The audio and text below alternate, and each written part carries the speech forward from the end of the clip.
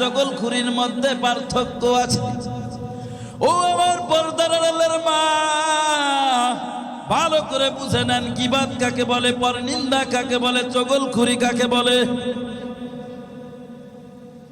গীবাত হলো একজনের সামনে তার একজনের অনুপস্থিতিতে তার দোষ চর্চা করা, অর্থাৎ এমন যে যদি তার দোষ চর্চা করেন তাহলে সে যদি সামনে থাকতো তাহলে আপনার কথায় সে কষ্ট পেত, একে বলা হয় গীবত।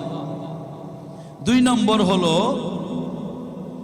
পরনিন্দা করা, চগলখুরি করা।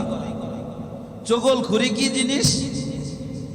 চগলখুরি হলো যে একজনের দোষ আর একজনের সামনে বলা এবং তাকে তার সাথে হিলাই দেওয়া, 2 জনের মধ্যে পারস্পরিক ঝগড়া বাঁধাই দেওয়া। আপনাদের তো মনে হয় চগলখুরির স্বভাব নাই। রাবেয়া বসরি মারিয়াম হয়ে গেছে, নাসিয়া হয়ে গেছে। সমাজের তন্ত্রে তন্ত্রে এই রোগ সব জায়গা বিরাজমান।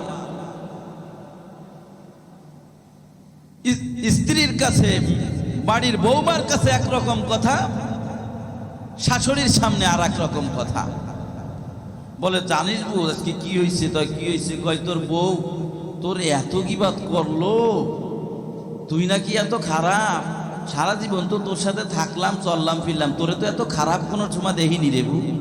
বউ তোর বউ এত দুর্নাম করলো, ব্যাপারটা কি হয়েছে? আবার বউর কাছে যায়, কয় বললা কয়দিন অতি পারলো না, বিয়ে হয়েছে মাত্র বছর খানিক অতি পারলো না, তোর শাওড়ি তোর পিছনে লাগিয়ে গেছে। তোর শাওড়ি এত খারাপ, সারা জীবন আমাকে আশেপাশে ছিল তো, চরম খারাপ। খবরদার ওই খারাপ মহিলার ধারেও যাবি না, ও কিন্তু তোরে খুব খারাপ চই দেখে।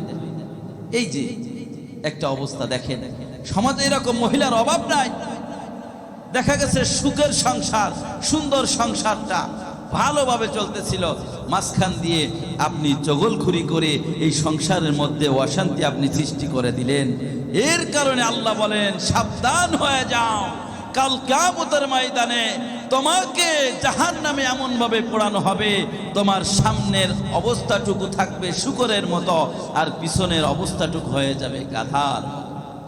একটা বাস্তব ঘটনা আপনাদেরকে শোনাই।